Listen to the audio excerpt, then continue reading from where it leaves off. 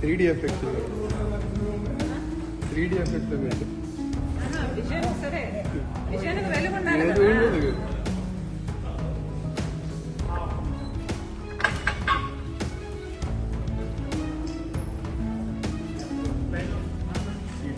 Metre road model ఇది 25 metres road ఐ గాడి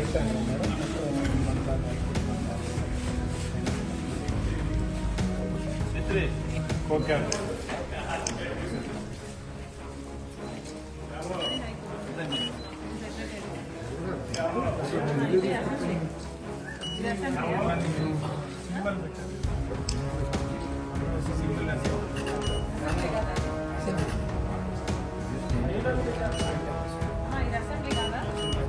అసెంబ్లీ ఇది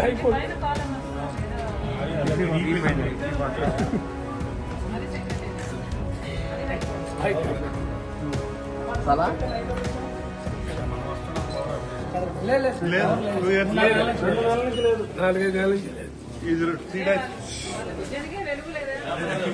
సీడ్ యాక్సెస్ రోడ్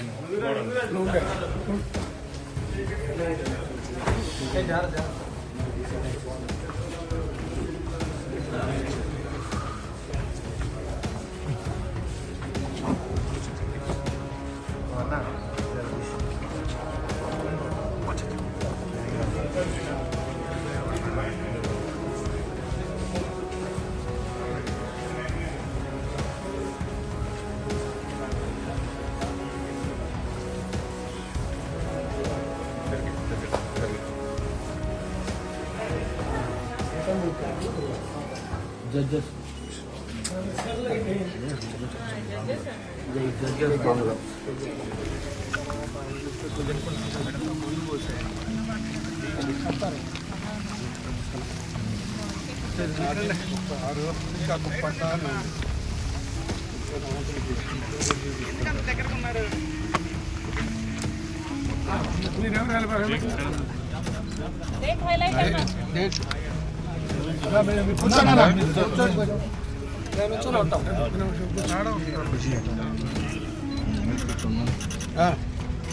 అమరావతిని కేంద్ర నిధులతోనే కట్టాలి.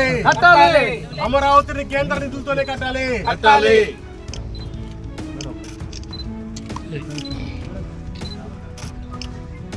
విభజన హామీలు వెంటనే అమలు చేయాలి. విభజన హామీలు వెంటనే అమలు చేయాలి. విభజన హామీలు వెంటనే అమలు చేయాలి. విభజన హామీలు వెంటనే అమలు చేయాలి. రాష్ట్ర విభజన హామీలు వెంటనే అమలు చేయాలి. కొంచెం తప్పకుండా కొంచెం క్లియర్ గా బ్రదర్. ఓకే ఓకే ఓకే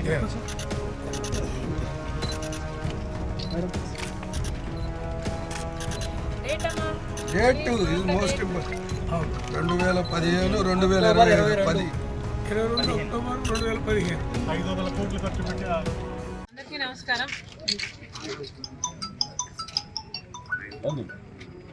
ఇక్కడ అమరావతిలో ప్రధానమంత్రి గారు 2015లో స్వయంగా వచ్చి శంకుస్థాపన చేసి శిలాఫలకం ఆవిష్కరించి మన నోట్లో ఎలా మట్టి కొట్టిపోయారో మళ్ళీ ఒకసారి గుర్తు చేసుకుందామని ఈరోజు కాంగ్రెస్ పార్టీ ఇక్కడికి రావడం జరిగింది. 15 సంవత్సరాలు అయిపోయింది. శిలాఫలకం మీద ఇది వరకు ఆవిడ కూర్చొని డేట్ హైలైట్ చేయడానికని 2015లో ప్రధానమంత్రి గారు స్వయంగా వచ్చి శిలాఫలకం ఆవిష్కరించడం, కట్టుబడి తేవడం, ఆంధ్ర రాష్ట్ర ప్రజల నోట్లో కొట్టడం, ఇవన్నీ జరిగాయి. 10 సంవత్సరాలు అయిపోయింది. 2025లో ఉన్నాం. మన మోడీ గారు మళ్ళీ వచ్చారు, మళ్ళీ పెద్ద పెద్ద మాటలు చెప్పారు, ఆవిష్కరణలు చేశారు, శంకుస్థాపనలు చేశారు. మళ్ళీ సేమ్ సీన్ రిపీట్. వినటానికి చూడడానికి కూడా చాలా అసహ్యంగా ఉన్నింది. మోడీ గారు తాను వేసిన శిలాఫలకాన్ని మర్చిపోయి 10 సంవత్సరాలు దాటిపోయాక మళ్ళీ వచ్చి మళ్ళీ అదే సీన్ రిపీట్ చేయడానికి మోడీ గారికి ఎలా ఉండిందో కానీ ఆంధ్ర రాష్ట్ర ప్రజలకు మాత్రం చాలా ఇబ్బెట్టుగా మళ్ళీ ఈయన నమ్మొచ్చా, మళ్ళీ చంద్రబాబు గారు ఏ బేసిస్ మీద నమ్ముతున్నారు, రాత్రి పడ్డ గోయిలోనే మళ్ళీ చంద్రబాబు గారు పగలు పడుతున్నారు అని అభిప్రాయంలో ఆంధ్ర రాష్ట్ర ప్రజలు ఉన్నారు. రాష్ట్రం ఏర్పాటైన తర్వాత 2014లో అప్పుడు మనకు కొత్త రాజధాని కావాలి అని చంద్రబాబు గారు 33,000 ఎకరాలు రైతుల దగ్గర నుంచి 29,000 రైతు కుటుంబాల దగ్గర నుంచి భూములు సేకరించి 33,000 ఎకరాలలో ప్లస్ ఒక 20,000 ప్రభుత్వ భూమి, అంటే మొత్తం 54,000 ఎకరాలలో అమరావతి రాబోతుందని, అద్భుతమైన గ్రీన్ ఫీల్డ్ సిటీని కడతామని, బెస్ట్ లివబుల్ సిటీని కడతామని, సింగపూర్ని, జపాన్ని, ఇస్తాంబుల్ని, ఇంకా జర్మనీని, ఇంకెన్ని చెప్పాడో వీటన్నిటినీ మరిపిస్తామని చంద్రబాబు గారు చెప్తే, మోడీ గారేమో ఢిల్లీని తరపించే రాజధాని కడతామన్నారు. రాజధాని బాధ్యత పూర్తిగా మోడీ గారిదే అన్నారు. తీరా చూస్తే ఇక్కడ పిచ్చి మొక్కలున్నాయి. రాజధాని 10 సంవత్సరాల తర్వాత ఇప్పుడు ఏముంది అని చూస్తే ఇన్ఫ్రాస్ట్రక్చర్ లేదు, డెవలప్మెంట్ లేదు. పోనీ త్యాగాలు చేసిన రైతుల కన్నా న్యాయం జరిగిందా అంటే వాళ్ళకి ఇంతవరకు ఇది మా భూమి, ఈ భూమి మా చేతుల్లో ఉంది, మేము ఈ భూమిని ఏదైనా అవసరానికి అమ్ముకోవచ్చో లేక ఇల్లు కట్టుకోవచ్చో అన్న పరిస్థితిలో ఇప్పటి వరకు కూడా లేదు. ఇక భూములు ఇచ్చిన రైతుల పరిస్థితి అదైతే, భూములు లేక ఉన్న ఇక్కడ లేబర్ మీద లేక కూలీ పనో కార్మికులు వ్యవసాయ కూలీలుగానో బ్రతికిన వాళ్ళు దాదాపు 23,000 కుటుంబాలు వాళ్ళుంటే, ఇక వాళ్ళకి పెన్షన్లు 5,000 ఇస్తామని చెప్పిన వాళ్ళు 6,000 మందికి ఉద్యోగాలు ఇచ్చారు. 9,000 ఉద్యోగాలకు కూడా వాళ్ళు పనిచేస్తున్నారు. వాళ్ళకి కనీసం పెన్షన్లు కూడా ఇవ్వటం లేదు. ఇది ఈరోజు వాస్తవం. ఇక్కడ ఇది ఈరోజు వాస్తవం అయితే 33,000 ఎకరాలు రైతుల నుంచి తీసుకున్నారు. 20,000 ఎకరాలు ప్రభుత్వ భూమి ఉంది. దీన్ని అద్భుతంగా నిర్మాణం చేస్తాము అని చెప్పారు చంద్రబాబు గారు. 2019 నాటికి దాని ఎస్టిమేషను 50,000 కోట్ల రూపాయలు వేశారేమో. ఈరోజు దాని ఎస్టిమేషను 70,000 కోట్లకు దాటింది. చంద్రబాబు గారు ఇప్పటికీ 53,000 కోట్ల రూపాయలకు సంబంధించిన టెండర్లని ఆమోదం కూడా తెలిపారు. ఇదంతా చూస్తుంటే కేవలం ఒక భ్రమలో ఆంధ్ర రాష్ట్ర ప్రజలను పెట్టే ప్రయత్నం జరుగుతుందా అని అనిపిస్తుంది. ఎందుకు మాట్లాడుతున్నామంటే, నిజానికి రాజధాని కట్టే బాధ్యత కేంద్రానికి. విభజన హక్కులలో ఆంధ్ర రాష్ట్ర ప్రజల ఒక హక్కు రాజధాని. రాజధాని పూర్తి బాధ్యత, పూర్తి ఖర్చు కేంద్రమే భరించాలి. అలాంటప్పుడు 10 సంవత్సరాలు అయింది. ఇక్కడ శంకుస్థాపన చేశాడు మోడీ గారు.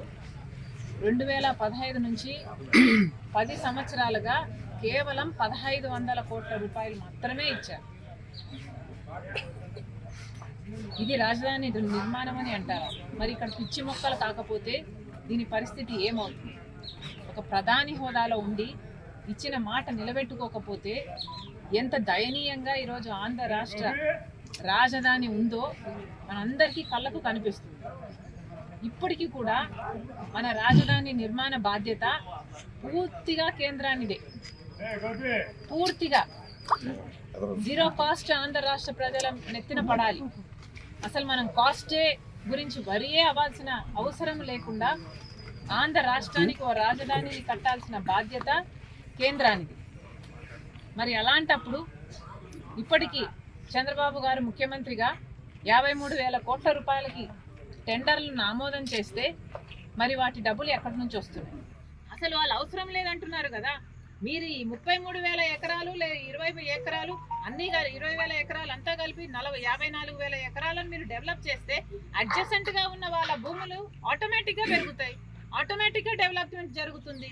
దానికి మీరు తీసుకోవడం ఏంటి? మళ్ళీ ఈ సెల్ఫ్ ఫైనాన్సింగ్ అని మీరు భూములు అమ్ముకోవడం ఏమిటి? ఈ 5,000 ఎకరాలు ఎయిర్పోర్ట్ కన్నా ప్లాన్ చాలా రిడిక్యులస్గా ఉంది.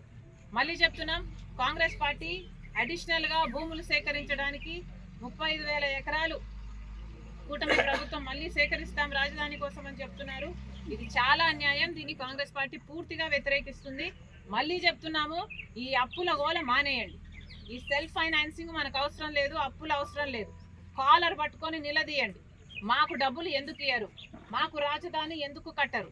1,00,000 కోట్లు విలువైతే 1,00,000 కోట్లు ఇవ్వాలి, లేదా కనీసం 50,000 కోట్ల రూపాయలైనా చంద్రబాబు గారు కేంద్రం నుంచి తెచ్చుకోవాలి. ఇది చంద్రబాబు గారి బాధ్యత. ఎందుకంటే ఆంధ్ర రాష్ట్ర ప్రజలు ఓట్లేసి చంద్రబాబు గారిని గెలిపిస్తే ఆ ఎంపీలను తీసుకెళ్లి చంద్రబాబు గారు బీజేపీకి సపోర్ట్ ఇస్తే ఈరోజు బీజేపీ పార్టీ అధికారంలో ఉంది. కాబట్టి మళ్ళీ హెచ్చరిస్తున్నాం, ఈ ఆలోచనలు మానుకోండి. ఈ రియల్ ఎస్టేట్ మాఫియాలను, ఈ రియల్ ఎస్టేట్ వ్యాపారాలను చంద్రబాబు గారు కట్టడి చేయాలి. ఈ అదనంగా సేకరించే ఈ ప్లాన్ ని వెంటనే షెల్ఫ్ చేయాలి. ఇది జరగడానికి వీల్లేదు. దీన్ని పూర్తిగా కాంగ్రెస్ పార్టీ వ్యతిరేకిస్తుంది. జగన్మోహన్ రెడ్డి గారు 3 రాజధానులు అని చెప్పాడు, 3 ముక్కలు ఆట ఆడారు. ఒక రాజధాని డెవలప్ అయ్యిందంటే ఒకటి కాలేదు. మరి అది మన దురదృష్టం. మరి అలాంటప్పుడు ఇప్పుడు కనీసం ఇప్పుడైనా కూడా ఉన్న ల్యాండ్ని, ఉన్న ప్లాన్ని ఎగ్జిక్యూట్ చేసుకోవాలి కదా. ఇప్పుడు ఆ బిల్డింగ్లో ఒక ప్లాన్ పెట్టారు, నమూనాలు పెట్టారు, దానికి కనీసం కరెంటు కూడా లేదు. అంటే మీ విజన్కే వెలుగు లేదు. ఇంకా దీన్ని ఏం అమలు చేస్తారండి మీరు? ఫస్ట్ ఫేజ్ 1 ఇప్పుడు ఈ 33,000 ఎకరాలు ఈ రైతులకు న్యాయం చేయండి, రాజధాని కట్టండి. 20,000 ఎకరాలు అదనంగా తీసుకున్నారు, అసైన్డ్ భూములలో ఇచ్చిన వాళ్ళు దళితులు, ఇంకా వాళ్ళకి న్యాయం జరగలేదని ఇంకా వాళ్ళు మొత్తుకుంటూనే ఉన్నారు. ఎంతమందికి న్యాయం చేయాల్సింది ఈ ఫస్ట్ ఫేజ్ లోనే? మరి ఏవి చేయకుండా మళ్ళీ అదనంగా మీరు భూమి సేకరించడం అనేది చాలా చాలా విడ్డూరంగా ఉంది. మేడం, లేడీస్ ఇప్పుడు మెడికోలు ధర్నా చేస్తున్నారు 11 రోజుల నుంచి. సెకండ్ ఫేజ్ లో 44,000 ఎకరాలకి భూముల సేకరణ అని చెప్పి గ్రామ సభలు జరిపారు. కానీ అదనంగా ఇంకో 40,000 ఎకరాలకి గ్రామ సభలు జరుగుతుంటే 2 మండలాల్లో కాకుండా ఇంకా 40,000 ఎకరాలు గ్రామ సభలు జరుగుతుంటే రైతులు అడ్డుకున్నారు. తాటికొండ మండలంలో, అమరావతి మండలం, తుళ్ళూరు మండలంలో 3 గ్రామాలు, పెదకూరపాడు 2 గ్రామాలు కలిపి సెకండ్ ఫేజ్ అన్నారు. కానీ అదనంగా ఇంకో 40,000 ఎకరాలు సెకండ్ ఫేజ్ లోనే ఇంకా అదనంగా 40,000 ఎకరాలకి భూసేకరణ కోసం గ్రామ సభలు జరుగుతుంటే రైతులు అడ్డుకున్నారు. అంటే దాదాపు 1,00,000 ఎకరాలు అవసరం అనేది ఇప్పుడు ప్రభుత్వం విధానం. ఎంత అవసరము అన్నది కాలం చెప్తుంది. కానీ మనము ముఖ్యమంత్రిగా చంద్రబాబు గారు ఆలోచన చేయాల్సింది, ఫస్ట్ ఫేజ్ లో తీసుకున్న 54,000 ఎకరాలకు మనం న్యాయం చేశామా లేదా? దీన్నే మీకు 3 ఏళ్ళు పడుతుంది ఎగ్జిక్యూట్ చేయడానికి అంటున్నారు కదా. మరి ఎగ్జిక్యూట్ చేసి చూపించండి, ప్రజలకు కాన్ఫిడెన్స్ వస్తుంది కదా. ఆ తర్వాత మనకి ఎంత రాజధాని కావాలి అన్నది తర్వాత ప్లాన్ కదా. ఇప్పటికే బాంబే సైజులో ఉంది. వీళ్ళు అక్వైర్ చేసిన 54,000 ఎకరాల భూమిలో మొత్తం డెవలప్మెంట్ జరిగితే అమరావతి కూడా బాంబే సైజుకి వస్తుంది. మరి ఇది కదా ముందు కావాలి. మేడం, ఇప్పుడు రాజధాని రైతుల తరపున మన కాంగ్రెస్ పార్టీ తరపున మీరు ఏమన్నా ఉద్యమాలు కానీ దానికి సపోర్ట్ కానీ ఎలాంటి కార్యాచరణ చేయబోతున్నారు? అవసరమైతే ఉద్యమాలైనా చేస్తామమ్మా. ఈ అడిషనల్ గా భూ సేకరణ మాత్రం చేయటానికి ప్రభుత్వం వీల్లేదు. ఇప్పటికే మాఫియా జరుగుతుంది ఇక్కడ. ఇప్పటికే ఇక్కడ చాలా దోపిడీ జరుగుతుంది. టెండర్ల పేరు అయితేనేమి, భూసేకరణ అయితేనేమి, ఇక్కడ చాలా దోపిడీ జరుగుతుంది. దీన్ని అరకట్టాల్సిన అవసరం ఉంది. తప్పకుండా అవసరమైతే కాంగ్రెస్ పార్టీ ఉద్యమం కూడా చేస్తుంది. హైదరాబాద్ లో ఎయిర్పోర్ట్, శంషాబాద్ ఎయిర్పోర్ట్ ఉండడం మూలంగానే అభివృద్ధి జరిగింది. 17% ఆదాయం హైదరాబాద్కి ఎయిర్పోర్ట్ ద్వారానే వస్తుంది. మరి అటువంటి ఎయిర్పోర్ట్ ఇక్కడ లేకపోతే అమరావతి తొందరగా డెవలప్ కాదని చంద్రబాబు గారు. అమ్మా, హైదరాబాద్ సికింద్రాబాద్ లో ఎంత బిజినెస్ ఉంది? ఆ బిజినెస్ ఇక్కడ ఉన్నప్పుడు మనం కూడా కట్టుకున్నాం అంత ఎయిర్పోర్ట్, మాకు అభ్యంతరం లేదు. కానీ అది జరగటం లేదు కదా. చెప్పేదేనండి, ఇప్పుడున్న గన్నవరం ఎయిర్పోర్ట్ కే ఏటీఆర్లు వస్తున్నాయి. ఏటీఆర్ అంటే ఏంటో తెలుసా? బొమ్మ ప్లేను. దాంట్లో మనిషి కూర్చుంటే కాలు మీద కాలు వేసుకొని కూర్చోలేడయా. ఏటీఆర్లు వస్తున్నాయి. కనీసం పెద్ద ప్లేన్లు కూడా రావటం లేదు, ఇంటర్నేషనల్ ప్లేన్లు కూడా రావటం లేదు. మరి అలాంటప్పుడు మనకు హైదరాబాద్ సికింద్రాబాద్ తో పోల్చుకోవడం ఎందుకు? మన కథ మనం చూసుకొని